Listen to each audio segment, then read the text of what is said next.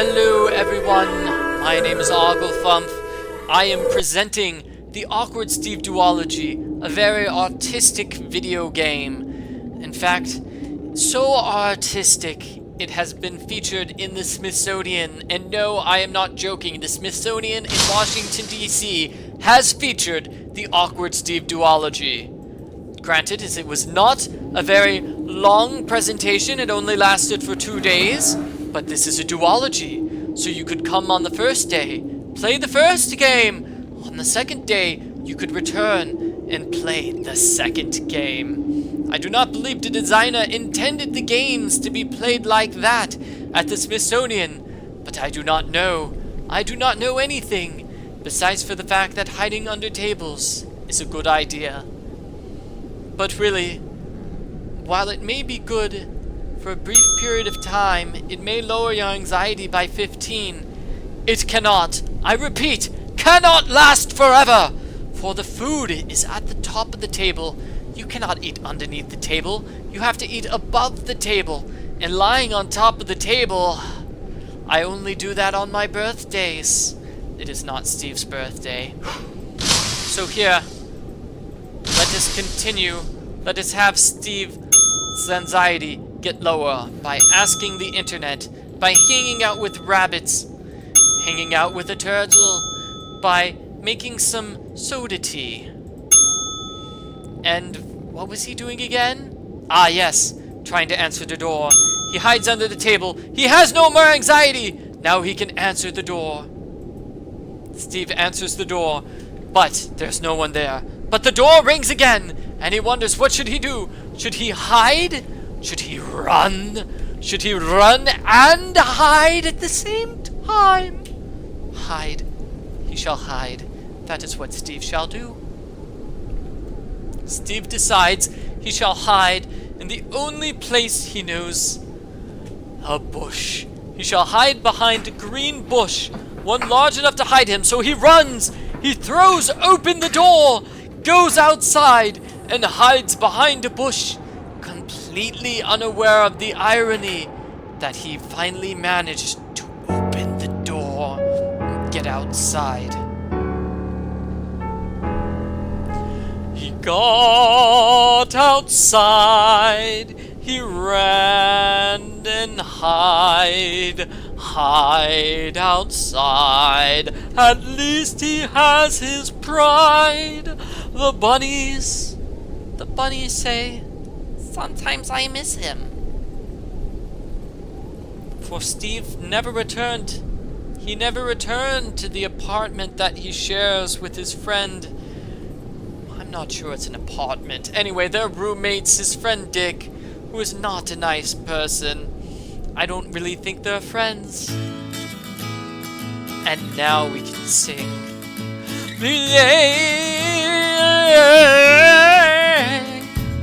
His roommate is not his friend. He's an evil jerk who does mean things. He never does the laundry on time. So Steve always likes to hide from him. He goes to the library in the room that no one else will use, and he hides there. Hides in the library room. Hide in the library room.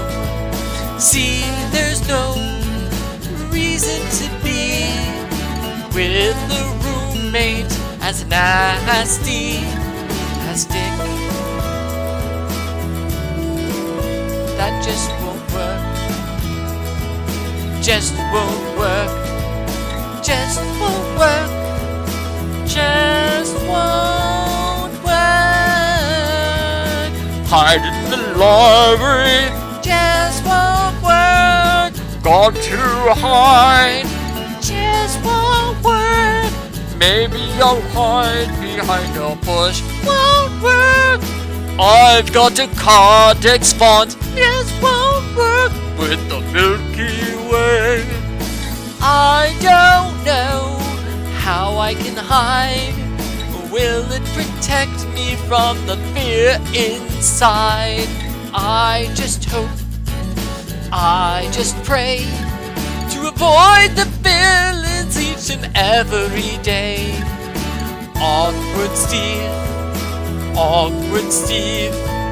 They say he's awkward and he should leave, but Awkward Steve in Ohio will always answer a door by Lizzo.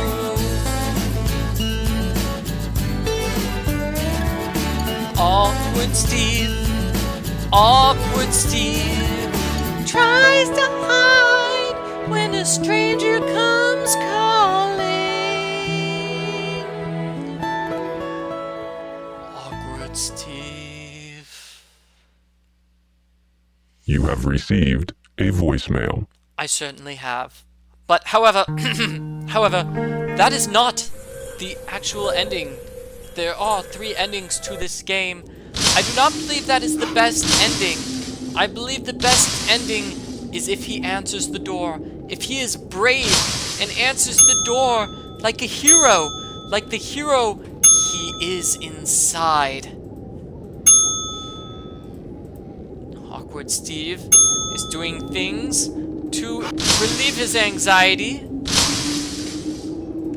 Hit the lights, ask the internet, hang out with rabbits, hang out with rabbits, hang out with turtle, write the word but over and over again. Now he can answer the door.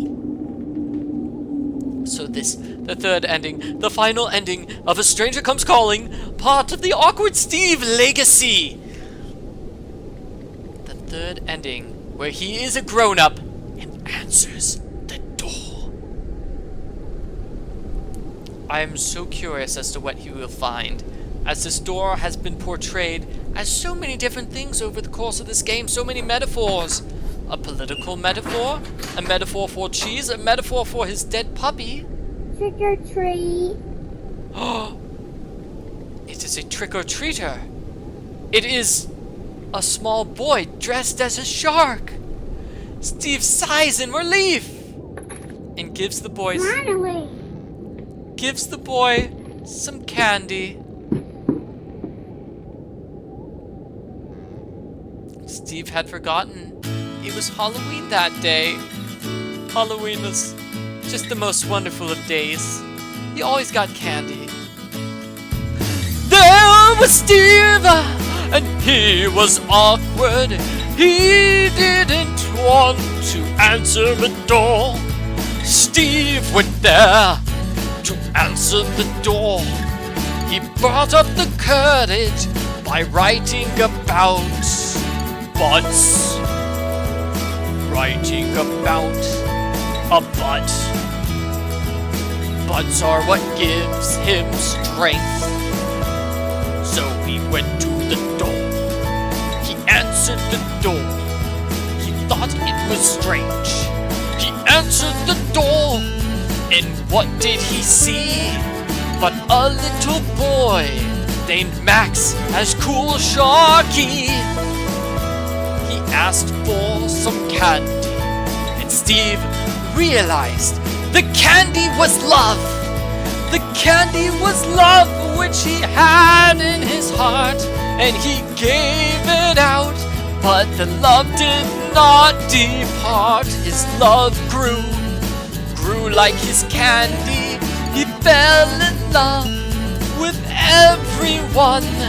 He's no longer scared, no longer shocked. He can answer the door whenever he wants to. Answer the door and hand out candy. That is what Awkward Steve will do with candy. Awkward Steve Duology. Steve, his life is great. Now he can answer the door. That's his fate. He doesn't be scared. He doesn't be cry. Thank you for playing this dumb game and watching my video walkthrough. Thank you for watching a game made with Renpy, filmed installed on my iPhone. A wonderful game. A wonderful game in which Steve's life is great. You have received a voicemail. At least his life is great. Until the second game, in which his roommate Dick throws a wild party and is nasty. We shall be doing that in the next video.